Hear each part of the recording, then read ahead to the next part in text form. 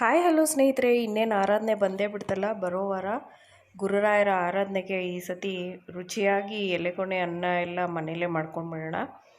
ತುಂಬಾ ಸಿಂಪಲ್ಲು. ನೀವೇನಾದರೂ ಆರಾಧನೆ ಟೈಮಲ್ಲಿ ಊಟ ಮಾಡಿದರೆ ಎಲೆಕೊನೆಯಲ್ಲಿ ಬಗೆ ಬಗೆಯಾದ ವೆರೈಟಿ ಕಲಸನ್ನ ಹಾಕ್ತಾರೆ. ಅಂಥದ್ದೊಂದು ಕಲಸನ್ನ ನಾನು ಇವತ್ತು ನಿಮಗೆ ಹೇಳ್ಕೊಡ್ತಾ ಇದ್ದೀನಿ. ತುಂಬ ಸುಲಭ ಮಾಡೋದು.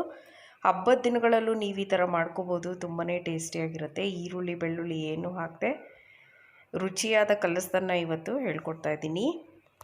ಇದಕ್ಕೆ ಹಿಂದಿನ ಕಾಲದಲ್ಲಿ ಒರಳು ಚಿತ್ರಾನ್ನ ಅಥವಾ ಒರಳನ್ನ ಅಂತ ಹೇಳ್ತಾಯಿದ್ರು.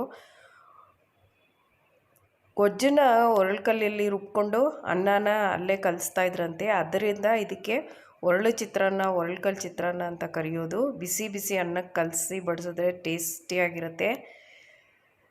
ಈ ರೆಸಿಪಿನ ನೋಡ್ಕೊಳ್ಳೋಕೆ ಮುಂಚೆ ಚಾನಲ್ಗೆ ಸಬ್ಸ್ಕ್ರೈಬ್ ಮಾಡ್ಕೊಳ್ದೆ ನೋಡ್ತಾ ಇದ್ದರೆ ನೀವು ದಯವಿಟ್ಟು ಚಾನಲ್ನ ಸಬ್ಸ್ಕ್ರೈಬ್ ಮಾಡ್ಕೊಂಡು ನೋಡಿ. ಆಗ ಎಲ್ಲ ನನ್ನ ರೆಸಿಪಿಗಳು ನಿಮ್ಮನ್ನು ತಲುಪುತ್ತೆ ಅಂತ ಹೇಳ್ತಾ let's get started with the recipe. ಮೊದಲು ಗೊಜ್ಜು ಮಾಡ್ಕೊಂಬಿಡೋಣ ಸ್ನೇಹಿತರೆ.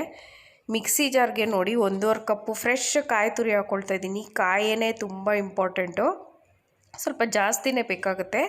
1.5 ಕಪ್ನಷ್ಟು ಹಾಕ್ಕೊಂಡಿದ್ದೀನಿ. ಒಂದು 3ರಿಂದ 4 ಹಸಿಮೆಣಸಿನ್ಕಾಯಿ, ಕೊತ್ತಂಬರಿ ಸೊಪ್ಪು, ಜೀರಿಗೆ ಹಾಕ್ಕೊಳ್ಳಿ.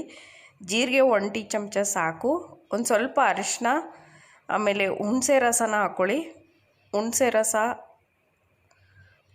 ಮೋಸ್ಟ್ ಇಂಪಾರ್ಟೆಂಟ್ ಅಂದರೆ ಬೆಲ್ಲ ಸ್ನೇಹಿತರೆ. ರುಚಿಗೆ ತಕ್ಕಷ್ಟು ಬೆಲ್ಲ ರುಬ್ಕೊಳ್ಳೋಕ್ಕೆ ಹಾಕ್ಕೊಳ್ತಾ ಇದ್ದೀನಿ.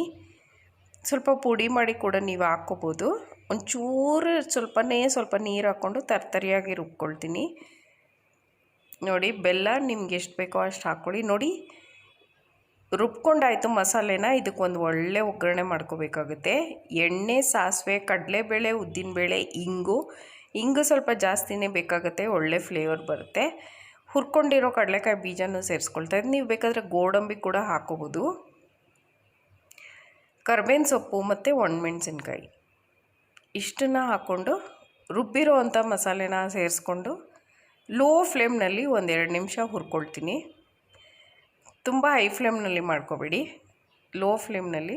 ಈಗ ನೋಡಿ, ಬೆಲ್ಲ ಎಲ್ಲ ಸಾಕಾ ಅಂತ. ಬೇಕಾದರೆ ಇಂಚೂರು ಸೇರಿಸ್ಕೋಬೋದು. ಗೊಜ್ಜು ರೆಡಿ ಆಗೋಯ್ತು ಸ್ನೇಹಿತರೆ. ಈಗ ಉಪ್ಪನ್ನು ಹಾಕ್ಕೊಂಡು ಮಿಕ್ಸ್ ಮಾಡಿಕೊಂಡು ಒಂದು ಬೌಲ್ನಲ್ಲಿ ಎತ್ತಿಟ್ಕೊಳ್ತೀನಿ. ಅನ್ನ ಮಾಡಿಕೊಂಡು ನಿಮಗೆ ಗೊಜ್ಜು ಎಷ್ಟು ಬೇಕೋ ಅಷ್ಟು ಹಾಕಿ ಕಲಿಸ್ಕೋಬೋದು. ಮಿಕ್ಕಿದ್ದು ನೀವು ಫ್ರಿಜ್ಜಲ್ಲಿ ಇಟ್ಕೊಂಡು ನೀವು ಬೇಕಾದಾಗ ಅನ್ನಕ್ಕೆ ಕಲಿಸ್ಕೋಬೋದು.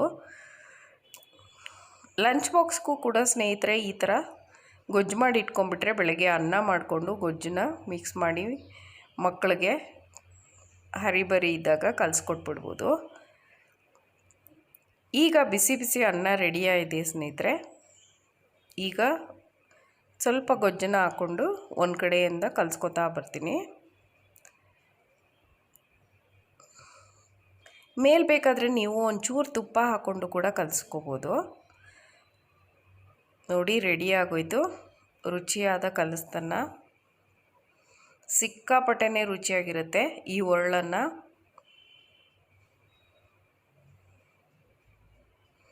ಹಬ್ಬದ ಟೈಮ್ನಲ್ಲಿ ಎಲೆ ಕೊನೆಗೆ ಪುಳಿಯೋಗರೆ, ವಾಂಗಿಬಾತು ಅದೇ ಮಾಡಿ ಬೋರ್ ಆಗಿದ್ದರೆ ಈ ಥರನೂ ನೀವು ಟ್ರೈ ಮಾಡಿ. ತುಂಬ ಟೇಸ್ಟಿಯಾಗಿರುತ್ತೆ.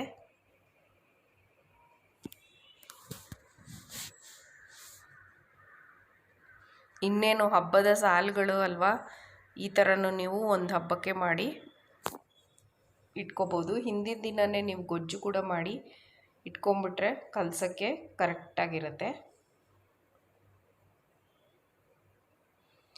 Thank you so much for watching. Like ಮಾಡಿ, ಶೇರ್ ಮಾಡಿ, ಕಾಮೆಂಟ್ ಮಾಡಿ ಸ್ನೇಹಿತರೆ. ಮತ್ತೆ ಸಿಗ್ತೀನಿ. ಬಾಯ್.